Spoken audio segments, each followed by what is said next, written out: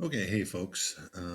I'm putting this together as part of the first webcast that I'm doing for what's going on with the last part of World War II before we go on to other units. This one deals with kind of a hodgepodge of different groups of people who were affected by World War II. So that, let's say down the road, you might have a multiple choice test you have to take that asks you to explain how different people were impacted by World War II. You might have an opportunity to know something about what you're talking about. So let's get into it.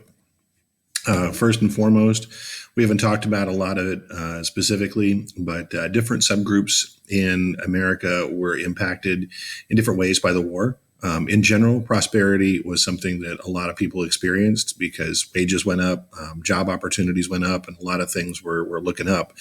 But in particular, Black Americans in World War II would benefit.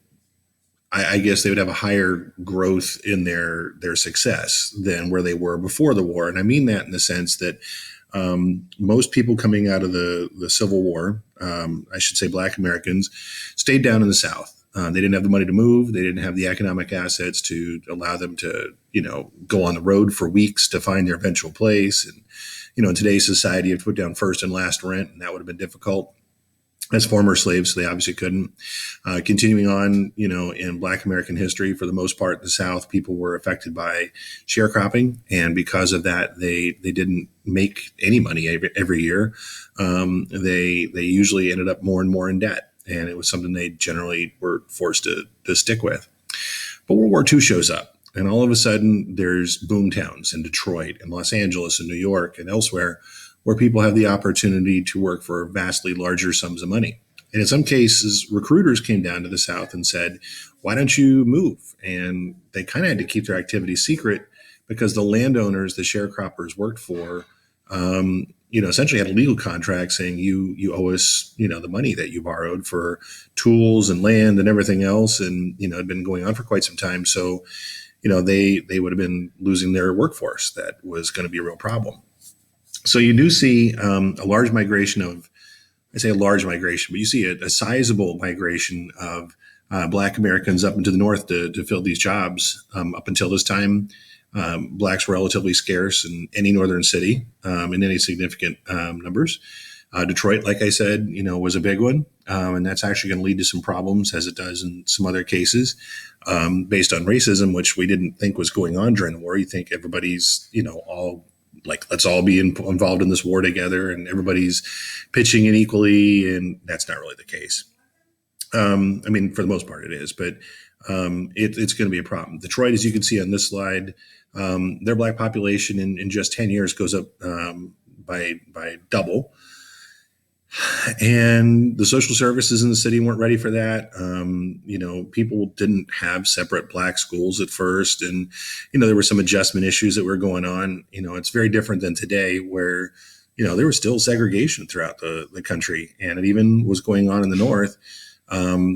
Blacks were, in some cases, a relative novelty. And, people didn't know what to do. But, this pervasive attitude of an unequal status was something that definitely continued.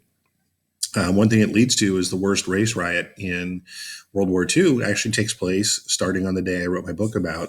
In June of 1943, there was a rumor, that got out there that basically said, some Black guys had, gone after some white girl. And there was a rumor in the Black community that some white guys had jumped a Black guy. And it led to just crazy amounts of rioting that took place in June of 43. Although $2 million in damage doesn't sound like a lot in the dollars of the day it went on for several days. There were a lot of people that were killed. You can see the numbers here. 25 Black residents were killed. 9 whites were killed. Most of the Blacks were killed by policemen who were acting a little overzealously. You can see in the picture here, they're overturning cars. The plants that were contributing huge amounts of war material, especially like in the Ford and the GM factories, that had switched from cars to making more vital things. They're afraid to go to work. Black workers, were potentially going to jump their white worker co-friends and so forth. And the Axis people, caught wind of this and they're making broadcasts. If you're a Black soldier in England, and there was a German radio announcer named Laura Haha, and Axis Sally was another one where they basically were like, "Hey, black GIs, this is what's going on in your country, and this is how the police are treating your family and your friends." And so it did lead to some problems. In fact, the National Guard had to come in, and they were on the ground for several months, just making sure that this didn't resurface, because Detroit was the major production city for war materials in the United States. If memory serves, about 20% of everything made in the United States during World War II for the war effort came out of Detroit. So this is a vitally important city, and it was tearing itself apart briefly in the middle of the war in June of 43 over the issue of racism. It wasn't the only place it happened. There was a shipyard in Alabama called ADSCO. And in ADSCO, they wanted to promote some black guys who were welders, helpers, to being welders. Welders make more than welders, helpers. And, they decided to promote some black guys who had, earned their spots. They learned all the tricks, learned all the tools and everything else that was necessary. And they promoted these black guys, and these white guys thought, they were entitled to these better paying jobs. And so they, started, problems. And there was a race riot that breaks out down in this area of Alabama. Eventually, the only way they could get the situation resolved was to have like 4 production lines in the shipyard that were all white. Like every position on the entire line was white, and one line that was all black. And because they didn't want some black guy telling some white guy what to do, or a black guy, making more or being essentially superior than a white guy. It still was really pervasive. There's an executive order the government did to, basically say, if you want military contracts, which were very lucrative, you had to employ everybody in the local area. It couldn't discriminate, but it wasn't always enforced very well. You guys, most of you, who were there, of course, on Immersion Day, saw the movie about the Tuskegee Airmen. They're the best known black fighters in World War II. And I mean fighters in the sense, not that they flew fighter aircraft, but the fact they got an opportunity to fight. Initially denied the opportunity to become pilots and achieve glory. Nobody really thought very highly of them.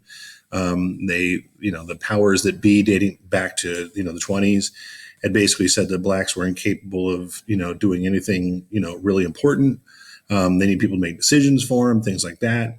But the NAACP and the First Lady of the United States basically stepped in and said, we don't believe that, and put a lot of pressure on FDR to do something about it. In fact, in the 1940 election, Roosevelt's opponent said he was going to do more to help out blacks, and kind of propelled FDR to have to do more if he wanted to keep that group of voters coming in.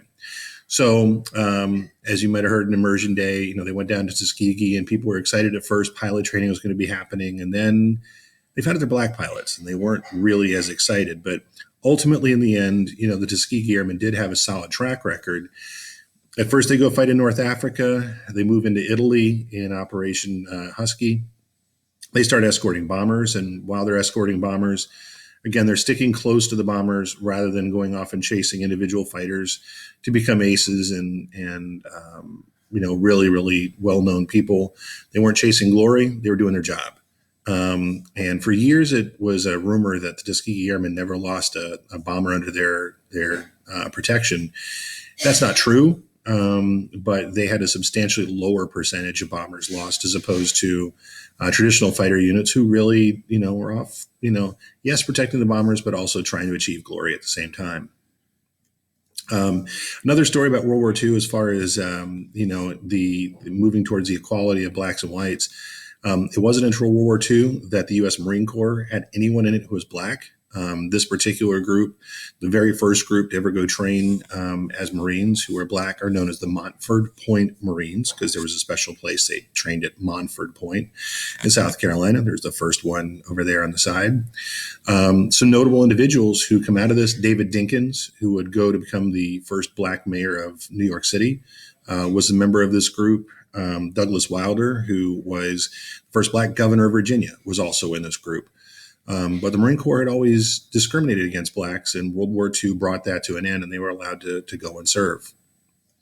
Jackie Robinson, we know him better as, somebody who, of course, broke the color line in Major League Baseball. But Jackie Robinson served in the U.S. Army. He was an officer, and kind of predating something that Rosa Parks is better known for.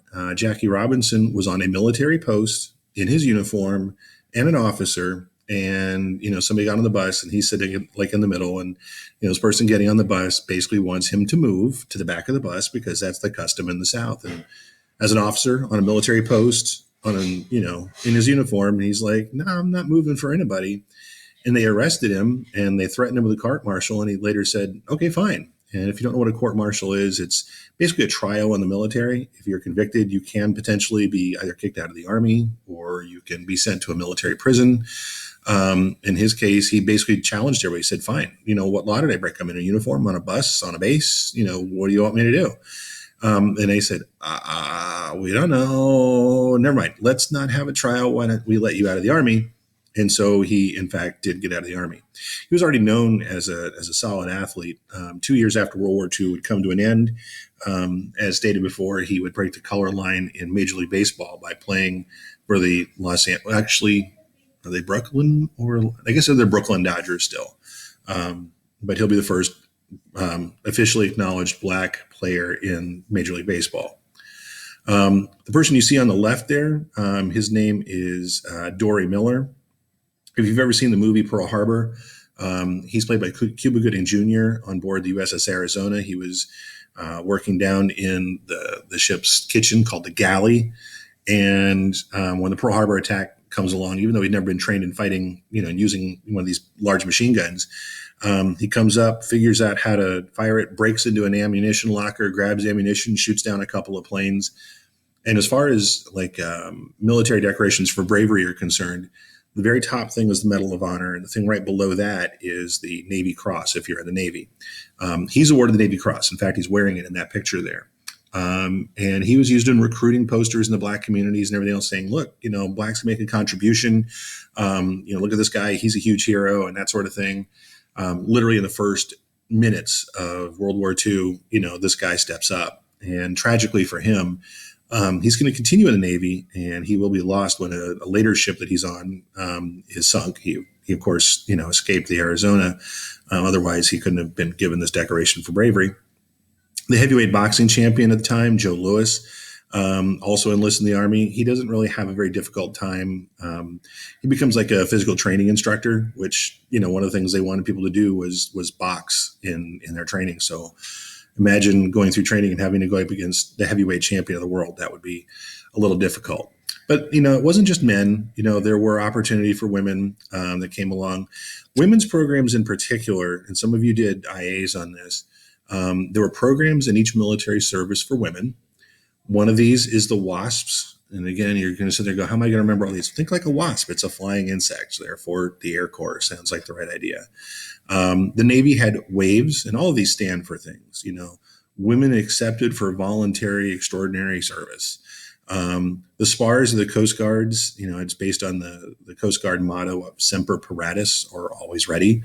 The Army had WACs. There's two different ways that they were spelled because it's two different programs, but they basically did the same thing. What they did was, if a man had a job in an office somewhere for the military, a woman could do that job and the man could go fight, because they're not going to have women go fight. So they were a part of the military, and they were very highly regarded by different leaders. And basically they were very conscientious. They were very reliable. Large numbers of them worked in the Washington area, including a friend of mine who was a WAVE working in a code breaking area.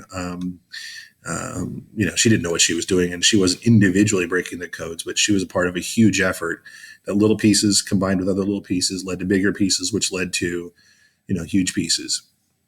Here you see a group of Black Army soldiers, and this group actually was getting some criticism at one point, and then it was pointed out that these women in this picture are responsible essentially for sorting, delivering accurately mail to a couple of million soldiers in Europe. They're based in England. They've got a black officer, and you can see there's a rank insignia right here on her. Matter of fact, can I do it? Let me see if I can find this here. Pointers. No, I don't want pointers. Well, there's a way to do it, but I forget what it is.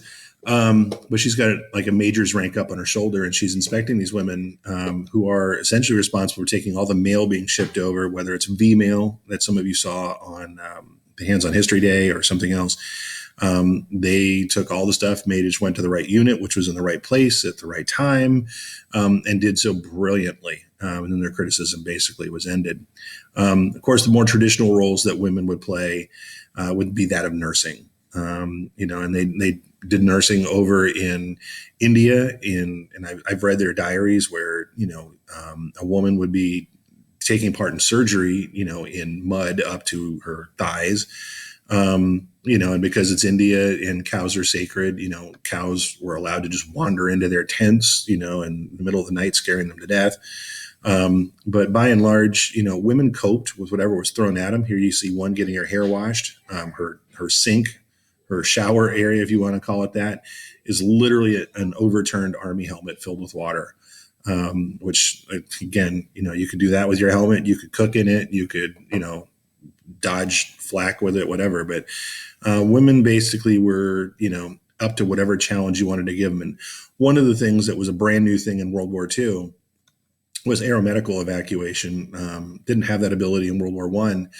Now, for instance, we take it for granted where, somebody gets hurt and they can be airlifted out and get to an advanced care hospital. These guys were injured pretty severely somewhere, somehow, and they could load them on a plane and get them back to the United States to a super advanced hospital. And they would have nurses who were qualified in giving aeromedical care, aero as in planes, could keep these guys alive and stabilize them when lungs are collapsing or when they're, bleeding out a little more. I mean, granted, you had to be stable to go on a flight that was going to be 10 or more hours, but, women definitely did those kinds of things. The last big piece we've got for the first half of all this is going to concern Japanese Americans in the United States. And when Pearl Harbor happened, if you were Asian, everybody immediately thought you were Japanese. And if you were Japanese, all of a sudden everybody assumed your loyalty, no matter how long you or your family had lived here, that your loyalty would be with the emperor and the empire in Japan. And so there were some noted government leaders. One of them was the governor of California at the time, Earl Warren. He's going to later go on to become Chief Justice of the United States Supreme Court, but he's going to be swept up in the hysteria and claims that all Japanese are disloyal. And they're worried about them potentially sabotaging all the factories that are springing up in California, or if the Japanese invade, they're going to essentially act like spies or show them where all the critical things are, or join the Japanese army as they come in. Never mind the fact that the vast majority of the Japanese Americans were people who were born here, spoke no Japanese, didn't know any Japanese customs. All of a sudden, you were just assumed to be, a follower of Japan, which, although they looked slightly different, there were quite a lot of Japanese Americans in California who sounded like a typical Valley girl, oh my God, and that kind of thing would have been more normal to hear out of their mouths than, something being said in Japanese. The people who we commonly hear about are the Nisei, which is Nisei. They are second generation Americans. In this case, the first generation would come over. They're the Issei, and they left Japan for one reason or another. There was a large number of Japanese Americans who were involved in agricultural pursuits. They had farms, they had flower shops and things like that. They blended into society very, very well, and were very loyal, tax-paying individuals. And all of a sudden, Pearl Harbor happens. Nobody asked them if that was okay. And suddenly they're suspect. And what's going to end up happening is pretty awful. They're going to force everybody to register with the government, basically liquidate all of their assets in a hurry. They're going to have to, a lot of them, unfortunately, make the mistake of asking neighbors to watch over their houses, maybe like rent it out, while they're gone, take care of their possessions, take care of their farm. But to do anything legally, they have to kind of sign over their properties to these other individuals who are going to watch it for them at the time. And a lot of people act very unscrupulously, and they take it for their own and they sell it for their own gain. And these folks are going to be sent off to relocation camps. You see in this picture on the left-hand side, these guys have these tags hanging down, almost like they're merchandise. Has their name on it. It says where they're headed, And basically they'd be put on trucks and taken out there. And you're going to see that in a video you're watching to accompany with what's going on. So here you are. This is California. Here's this family over here on the upper right. Again, none of them did anything to help Japan. They were minding their own business. Look at this kid. He doesn't look like he has any clue where he is, let alone who the emperor is. But yet this whole family is thought of as being disloyal, and off they're going to go to a camp somewhere unknown. Sorry, there's a bug that just flew in here. I can, I'll try and find him later and take him out. Anyhow, you see this other picture here trying to tell everybody, look, I'm an American, just like you, but they don't think so. And just the fact you have to put up that sign is pretty just awful because, again, it's kind of like the Jews in Germany, when the SA enforces the boycotts. It's just unfortunate that people are going to act in that fashion. I mean, look at this one. Here's, again, they've got days, literally days, to get all their possessions figured out. And, this shop owner is going to have to sell their store and probably at a loss, just trying to get anything they can before they literally lose it. And the truth is, even after the war, trying to go into the courts and try and get any kind of a settlement to get back what they lost, just basically they lose every time. Again, the local community is all they can think is anybody who's Japanese is loyal to the emperor. And you see the sign over here that says no Japs allowed on it. It's just unbelievable that, that would be going on. This comes from a newspaper I found at the time, how to tell your friends from the Japs. Well, wait a minute. What if my friend is Japanese American? But in this case, they're trying to essentially find some very, very racist ways, or I would call it racist. I'm going to move myself there.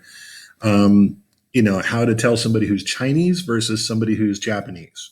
And, it's just absolutely stereotypically racist at the time. Let's see, what's one? The Chinese are not as hairy as Japanese. They seldom grow an impressive mustache. Well, if you shave, yeah, you're not gonna. Most Chinese avoid horn-rimmed spectacles. Okay, it's a fashion choice. It's not like a characteristic. You're going to see somebody on the street know what's going on. Some aristocratic Japanese have thin aquiline noses, Roman-style noses, narrow faces, and except for their eyes, look like Caucasians. I mean, it's just blatantly racist stuff. So I'll move that down there. And I think this speaks for itself. Just absolutely surprising and amazing to me that this could go on in America. But, nonetheless, they're serious about this. You can see not only is a sign there, but, more so there's more down there. And I'm sure she's pretty proud of this. So just a few years ago, I went to Washington to an exhibit the Smithsonian had in the Museum of American History, and a very good section on the Japanese American experience. You can read here what General John DeWitt said about the Japanese in the area of California or the Western United States. It makes no difference whether he's an American citizen; he's still a Japanese. Well, how many of you are first generation Americans? My dad, for instance, was born in Canada. His dad was born in Scotland. I was born in California. Does that not make me American? And was my first loyalty to Canada? I mean, yeah, they got some nice mountains and lakes and everything. Am I actually more Scottish? I've never had haggis. I don't own a kilt. But, there you go. We must worry about the Japanese all the time until he is wiped off the map. You're talking about men, women, and children here. You're talking about the elderly. You're talking about people had nothing to do with this. And again, that's just the mentality at the time. So, this particular example you see now being brought up, here's a Japanese American soldier. And this Japanese American soldier is back visiting his mom. He's helping her before she's got to leave her farm, probably for good. And you can read this over here if you haven't already.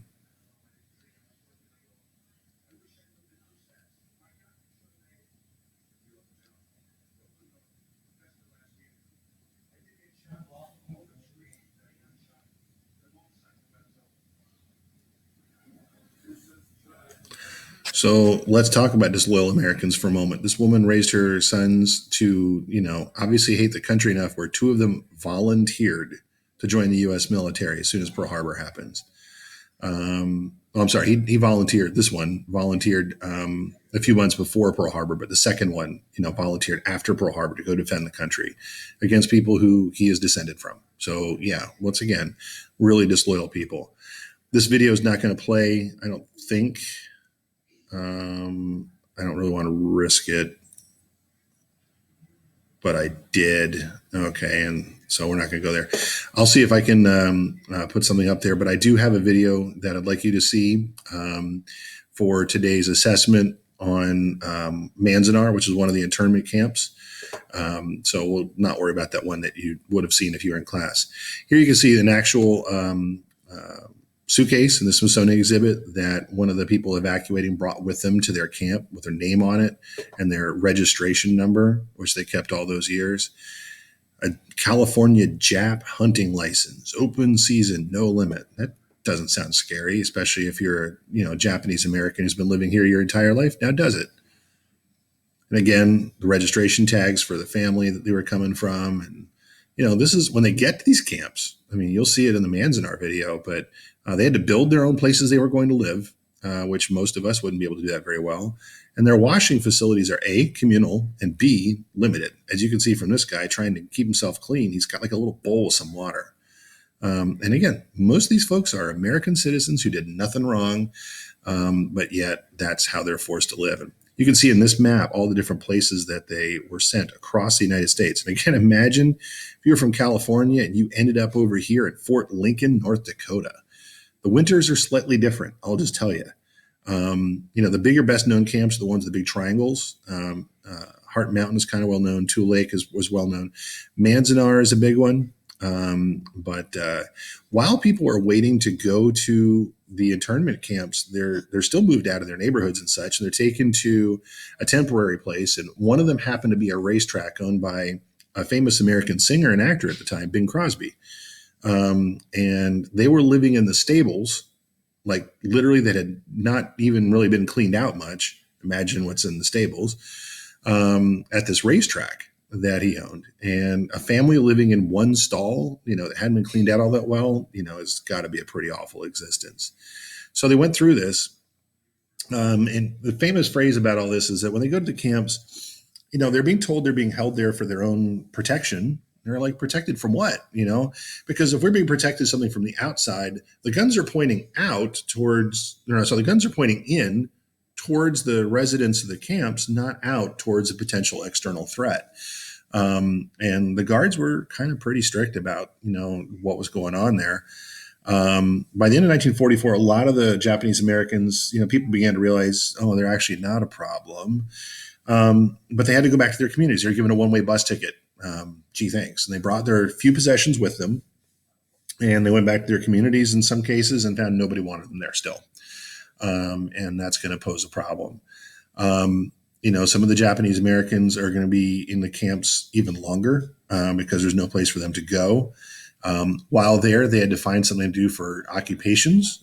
They, for instance, built their own schools and basically figured out who could be the teachers, and that's what they did.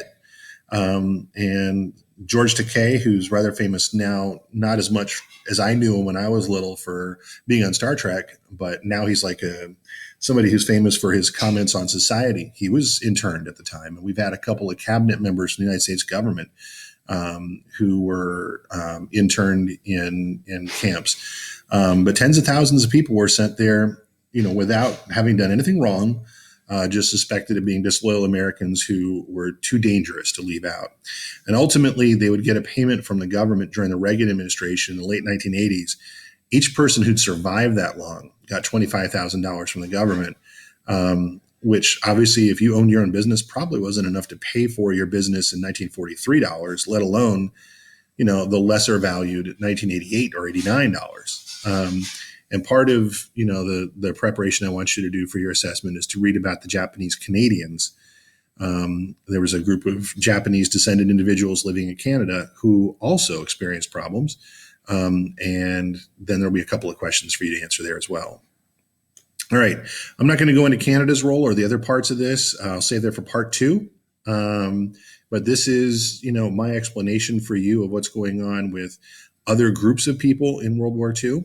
And hopefully it gives you an idea of, some ways people were impacted domestically. And it might help you in unknown tests that could be coming in the future. So hopefully it was helpful, and I'll see you in a live session soon.